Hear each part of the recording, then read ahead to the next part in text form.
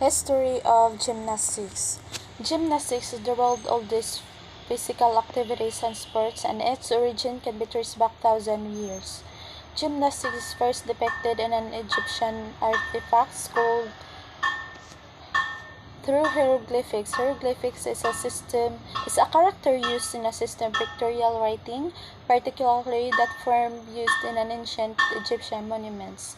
The earliest known physical evidence can be found in an art of Egypt where female acrobats performed pharaohs and the Egyptian nobility. Chinese and Greeks are the first to practice various gymnastics routines for fitness and entertainment. Gymnastics is first practiced at Olympic Games at Mount Olympus with their belief ideal to the sound of body and soul. In 800 BC, China, Persia, India, Greece used gymnastics in military training. In 776 BC, Greeks first held Olympic Games, the festival which is dedicated to their god Zeus, and the first gymnastics were added to the ancient Olympic Games, involved boxing, wrestling, throwing, jumping, track and field, and weightlifting, which later on became separate sports. Gymnastics came from the word gymnos, means naked art. In ancient Greece, the male trained and competed in nude. Because of that, the female excluded not just the competitors but also the spectators. Gymnastics. There are three teachers in gymnasium. First is grammatists, who taught reading, writing, and other scholarly pursuits. Then next is guitarists, who taught music. Third is pedotribes, who are the physical fitness teachers. So, gymnastics is very popular. It's vital in the development and the fitness of individual. It's also the aesthetic expression, as it is an aesthetic expression as a graceful yet demanding and difficult movement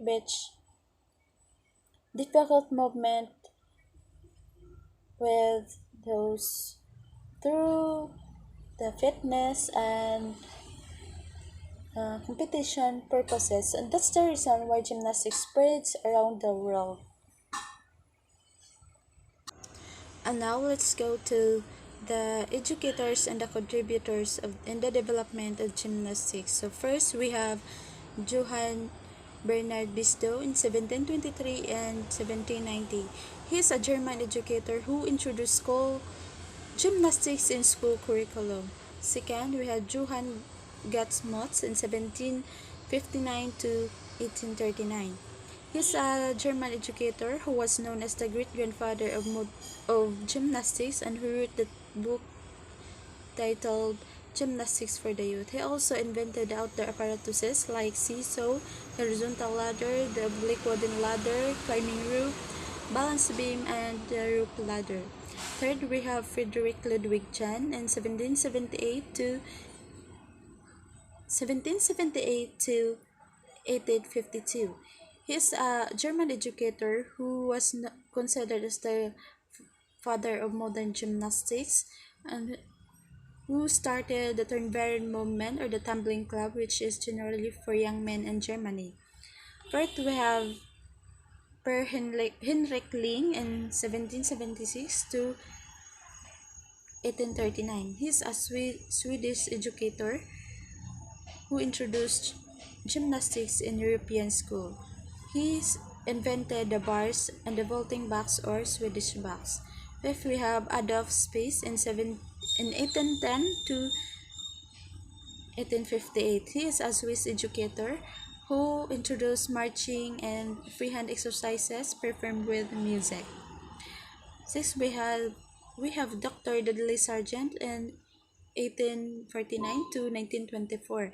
He's the first American educator who included gymnastics in their school curriculum. Next, we have Candido Bartolome. He is a Filipino professor in the University of the Philippines who secured support in the competitions of gymnastics in the university. He helped the organization in the Philippines develop their own programs. We have Francis Carrias Aquino in 1899 to 1983. He's a Filipino folk dancer known as Mother of Philippine Folk Dance. She is also a member of the Bureau of Public Schools and a folk and rhythm dance educator, and she contributed early training for gymnasts in the university. Specifically, she infused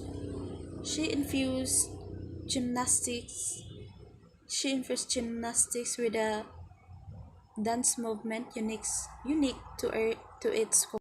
And now the benefits of gymnastics.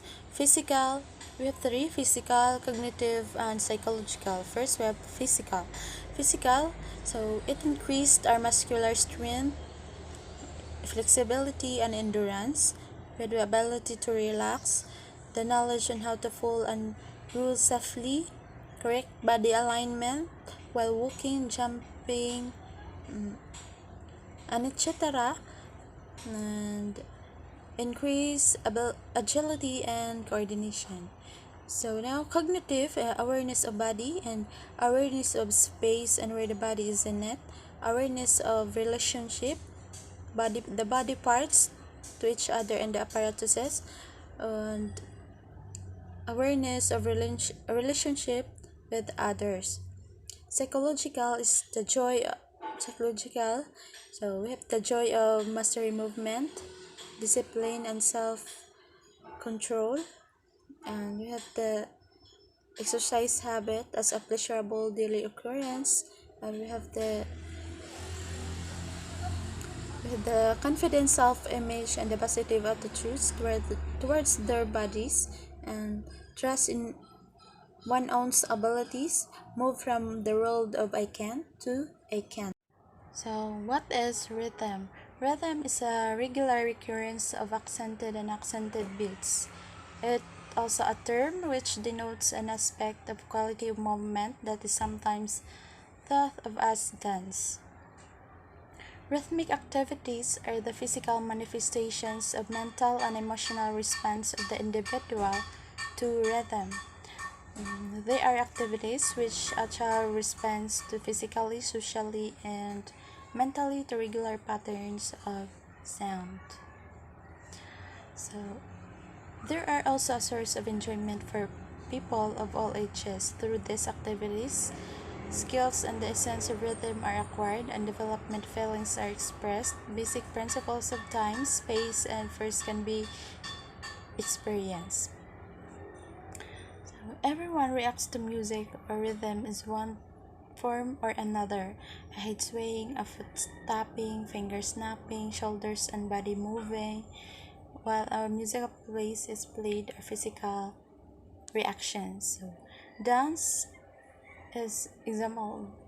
Dance refers to movement set to music where there emerges organization, structure, and patterns. So, dancing also is a means of expressing one's emotions through movement disciplined by rhythm. So, rhythmic fundamentals. In the field of dance, there are certain fundamental knowledge or rhythmic skills considered important for proficiency and efficiency in bodily movements. And creative rhythms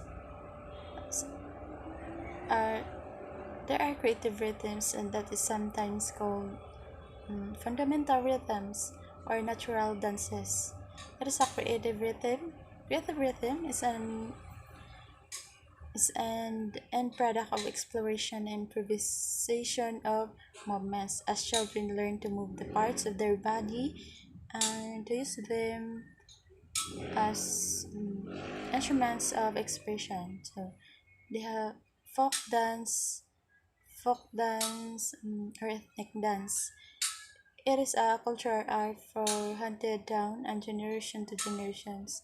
It communicates the costumes, beliefs, rituals, and occupations of the people.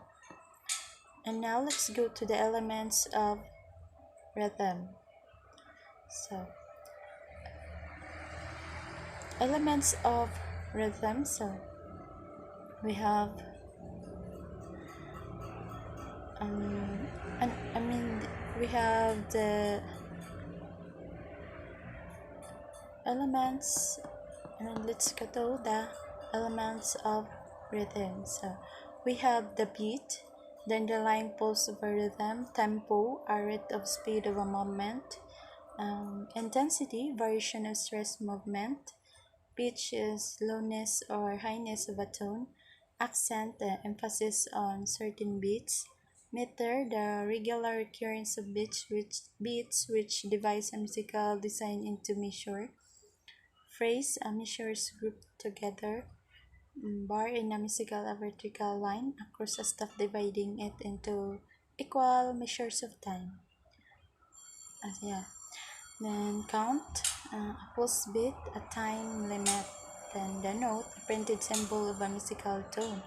Measure is a group of pulse beats. Then the note pattern as to refers to the note or set of notes with or without rest used for a certain dance step.